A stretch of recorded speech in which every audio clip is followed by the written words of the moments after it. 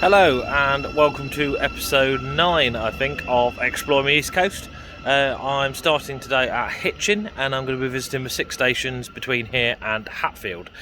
So Hitchin, Stevenage, Knebworth, Welwyn North, Welwyn Garden City and Hatfield. So yeah, got a little bit of time in Hitchin first, and then I think I'll be heading on to Knebworth next. A bit of back and forward today. But yeah, firstly, welcome to Flights and Times.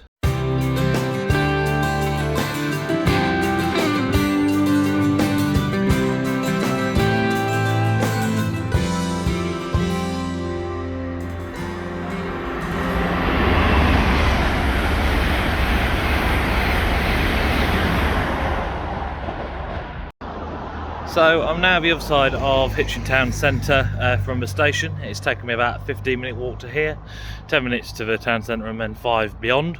The reason I've come out here is the British Schools Museum, located in these buildings behind me. It's got a historic Victorian classroom, etc. But yeah, open every Friday, Saturday and Sunday, 10 till 4, and entry is £6.50 per person. That's for adults and children over 5. Children do get a craft activity as well, according to the website. So yeah, unfortunately, as it's a Wednesday, I can't go in there today, but that is something to do in Hitchin if you're ever in the area.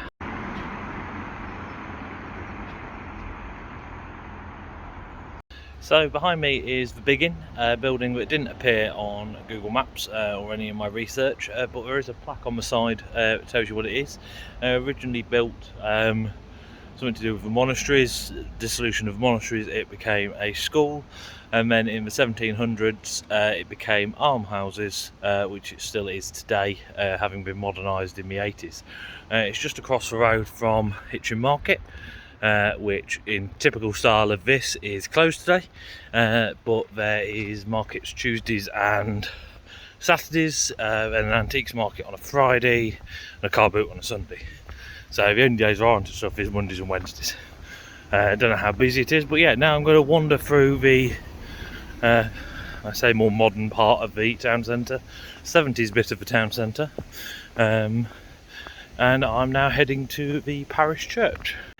In front of me is Hitchin's Parish Church, St Mary's. There's been a church on this site for about 1200 years now, and the present tower dates back to the 11th century. The church is remarkably large for a town of Hitchin's size, and it's reported that it's this large due to the wool trade's impact on the town of Hitchin. But yeah, I'm going to continue looking around the town now. It's there's a lot of surprisingly historic buildings here. I don't know why I kind of mentally wrote Hitchin off. A bit unfair on it, as I'd never been here before, but it's surprising me with how many historic buildings there are about here. So yeah, I'm going to continue around the town, head up the high street and see what else there is.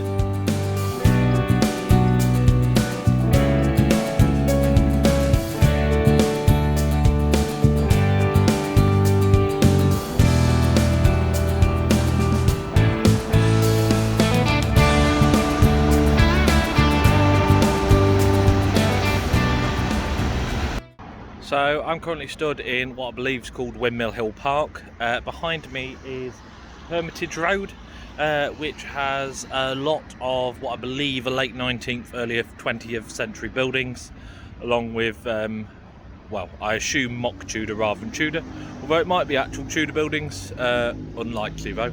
But yeah, Hermitage Road there's the odd the odd part of it that's been knocked down and rebuilt, but yeah, generally Hermitage Road is got a lot of historic buildings.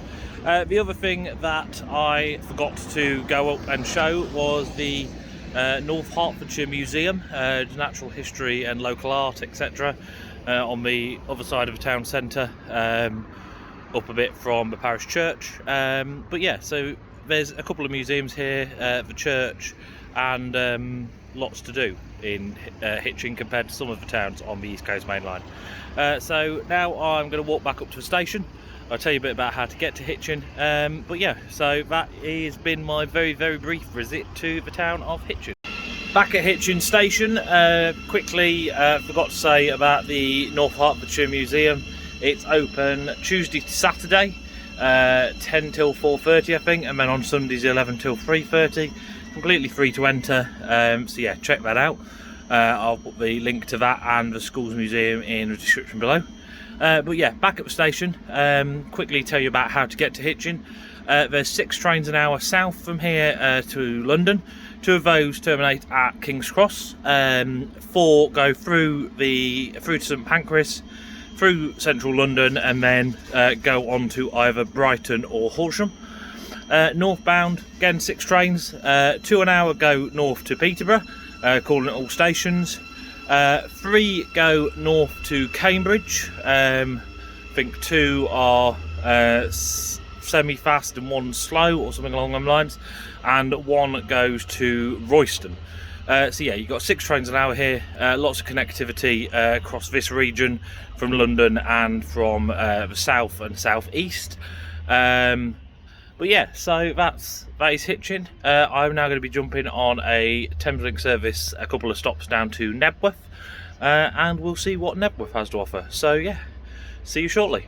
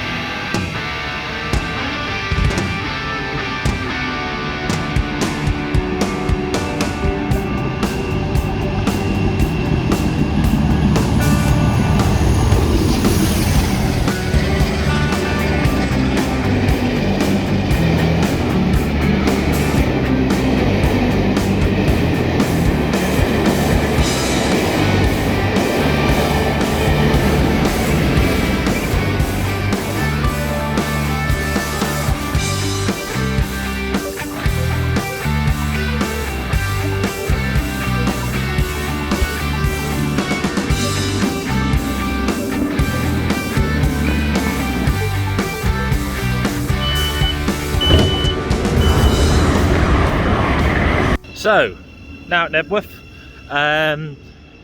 here they have 2 trains an hour to London, both to King's Cross, and then northbound, 1 to Royston and 1 to Cambridge. So I have half an hour here, because looking at it, there's not actually that much to do near the station. Sorry, we're under the flight path for Luton here, so getting distracted. So yeah, there's not that much to do near the station, so I'm going to nip out into the village and see what it looks like. Nip to the post office, I need to go there, and then I'll be back here in half an hour to catch the next train. First impressions, nice looking pub. Half an hour, 35 minutes that way is Knebworth House, a grade 2 star listed house and gardens. Also the site of Knebworth Festival each year. So yeah, it is walkable from the station, about 1.5 miles, but not on the time frame that I've got today. So certainly check those out, and yeah, continue on into the village. So the village of Knebworth, or New Knebworth, there is Old Knebworth towards the house as well, but it's got its independent butchers and bakers, still got a post office, nice little village centre, few independent cafes, etc. But not really worth a visit unless you're visiting the house and fancy popping here afterwards. So yeah, but did the post office, which I needed to. So now back to the station, on the train half an hour after the one I arrived on. So I'm now at Welwyn Garden City, the 3rd stop of today's 6. To get to Welwyn, you've got the 2 trains an hour to King's Cross, and then northbound, 1 to Royston and 1 to Cambridge, same ones that call at Knebworth. You've also then got a half-hourly service that you can just about see behind me, that goes to Moorgate, calling all stations. So you've got a bit of difference, another London terminus that you can access from Welwyn. Welwyn Garden City is unique in being both designated a garden city and a new town. It was established in 1920 by Sir Ebenezer Howard. Ebenezer is a very underrated name, but yes, Sir Ebenezer Howard, hence the Howard Centre behind me there. So So yeah, it's both a garden city and a new town. So I'm going to go and have a look at the boulevards, etc. Again, only got a short stay here before continuing on down to Hatfield.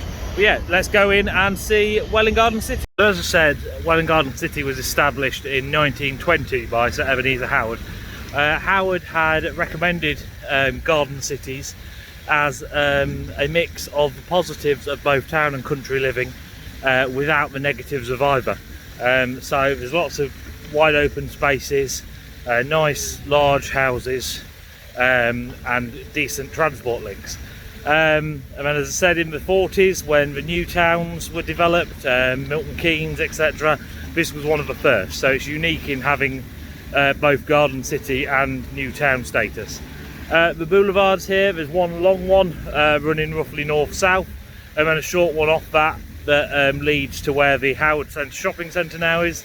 Obviously that wasn't here at the time of the town's construction, but a lot of the original buildings are, lots of 1920s, 1930s, large grand brick buildings. The town centre, outside of the shopping centre, there's like large buildings that were or still are banks and things like that. So a nice bit of history here that's a bit different to the historic market towns. This is an early 20th century history.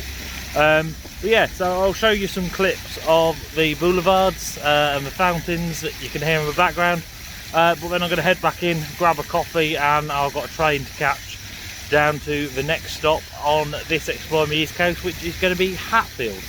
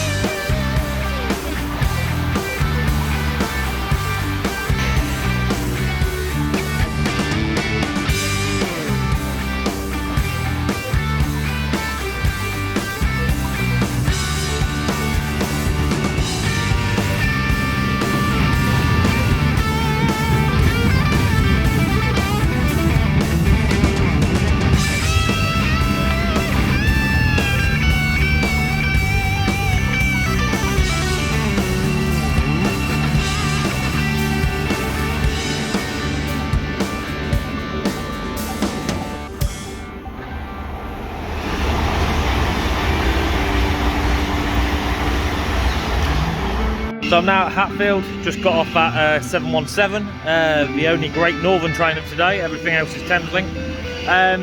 Hatfield station, 4 trains an hour, 4 to London, so 2 to King's Cross, 2 to Moorgate, northbound 2 to Welwyn Garden City, 1 to Royston, 1 to Cambridge. Royston and Cambridge the same as have done Welwyn and Knebworth. Hatfield's also notable as down there where the train's disappearing to, it was the site in the year 2000 of the Hatfield rail crash. That rail crash resulted in the shortcomings of rail track being noted. Rail track eventually went into administration with Network Rail replacing them. But yeah, it's one of the notable rail crashes of the late 20th, early 21st century that made changes to how the railways ran today. So yeah, that's the site of that's just round the curve. Unfortunately, an intercity 225 set was involved, and a number of people lost their lives. So yeah, that happened here at Hatfield. So yeah, I'm now going to go in. I'm not going to explore the new town, as realistically it's just a central shopping area and then houses. So I'm actually going to go across to Old Hatfield, which has got a historic church and Hatfield House, although the latter is closed. So yeah, I'm going to go and explore Old Hatfield.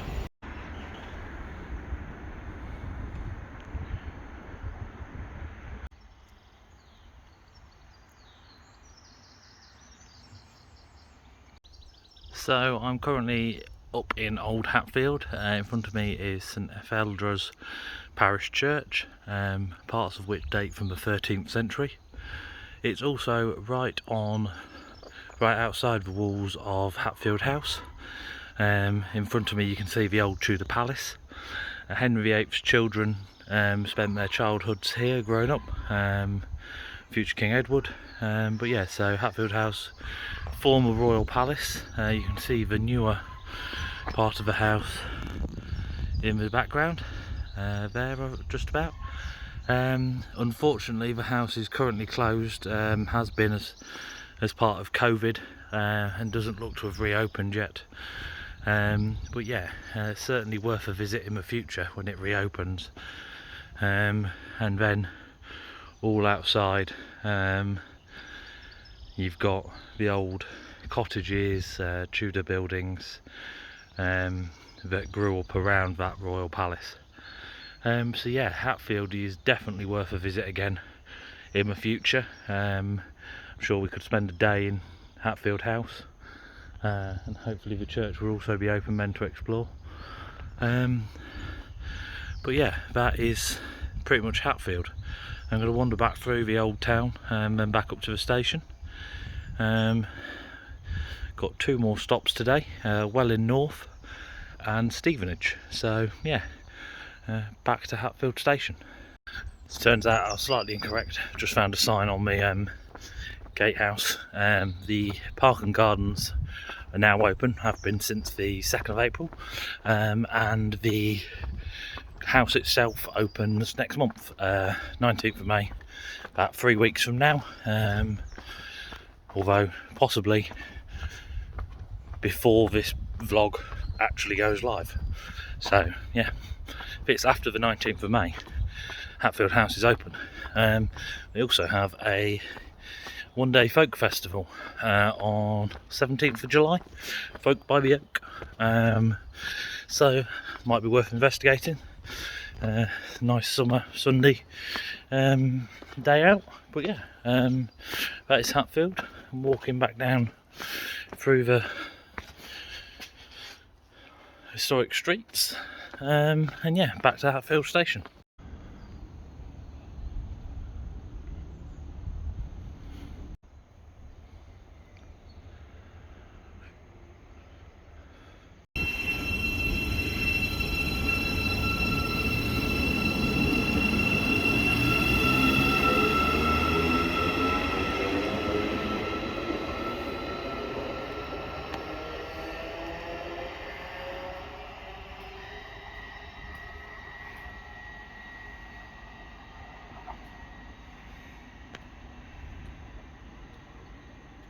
I'm now at the penultimate station on today's episode of Explore Me East Coast, Welwyn North. It actually serves the village of Digswell, which was here before Welwyn Garden City. Realistically, there's not much here, it's just the village. There is, however, Digswell Viaduct, which crosses the river and valley between here and Welwyn Garden City. I was going to walk down to it, but I've injured my foot earlier in the day, so don't really want to walk from railway level down to river level. But yeah, I'll show you. You can just about see the end of it from the station. I think I've got some photos that I'll put up as well of a previous visit to the viaduct. But yeah, this is Welwyn North. Nice little station building. You've got the Welwyn tunnels to the north, between here and Stevenage, between here and Knebworth even. But yeah, pretty much the only thing of note here other than the village is Digswell Viaduct. Realised I didn't actually say much about the viaduct itself. It's about 475 metres long, made of 40 arches, which are about 9 metres span on each one, and it's 100 foot above ground level, between the ground and the track bed. So yeah, it's quite an impressive structure. It's the tallest and longest on the Great Northern route, the former Great Northern Railway. So yeah, that's the Digswell Viaduct.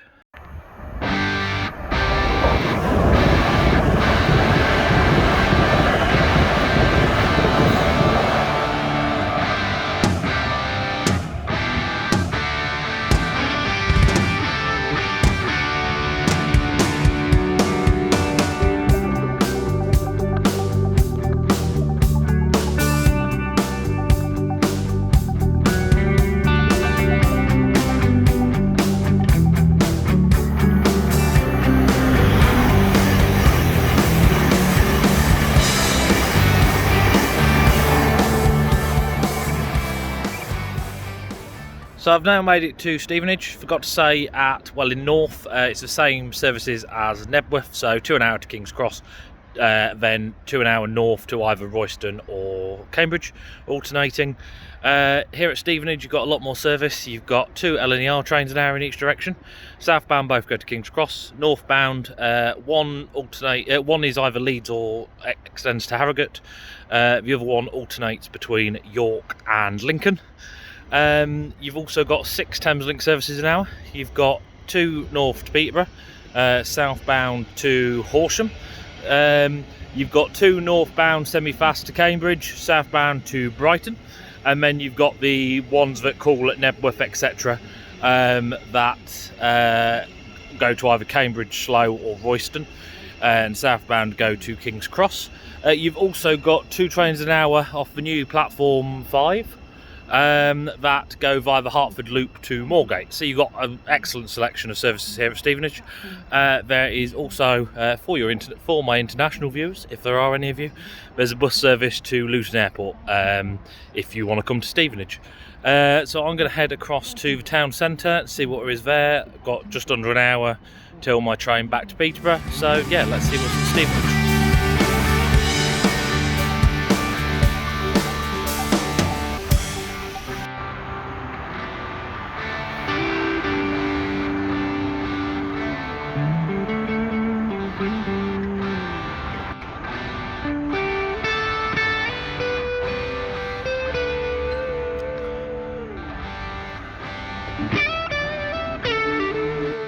Like Welwyn Garden City, Stevenage is designated a new town and was in fact the first town to be granted such status in 1946. The town centre was heavily redeveloped as part of that project. You've got the ring road that you can probably hear just over to my right, and the town centre was largely redeveloped in the 60s and 70s. Unfortunately, whilst the new towns project was state of the art at the time, not a lot of work has gone on with Stevenage town centre since. So the town centre, if I'm honest, looks a bit dilapidated. However, there is a lot of work going on to improve the image of the town centre. Some work has already gone on. There's a new bus interchange being built next to the station, placed in the current bus station. The whole area is pedestrianised, and yet there's increasing number of things, greenery and activities in the central passageways. But yeah, so that's kind of the history of Stevenage and the town centre itself. Behind me, I'll show you in more detail in a minute, you've got Stevenage Museum, completely free to enter.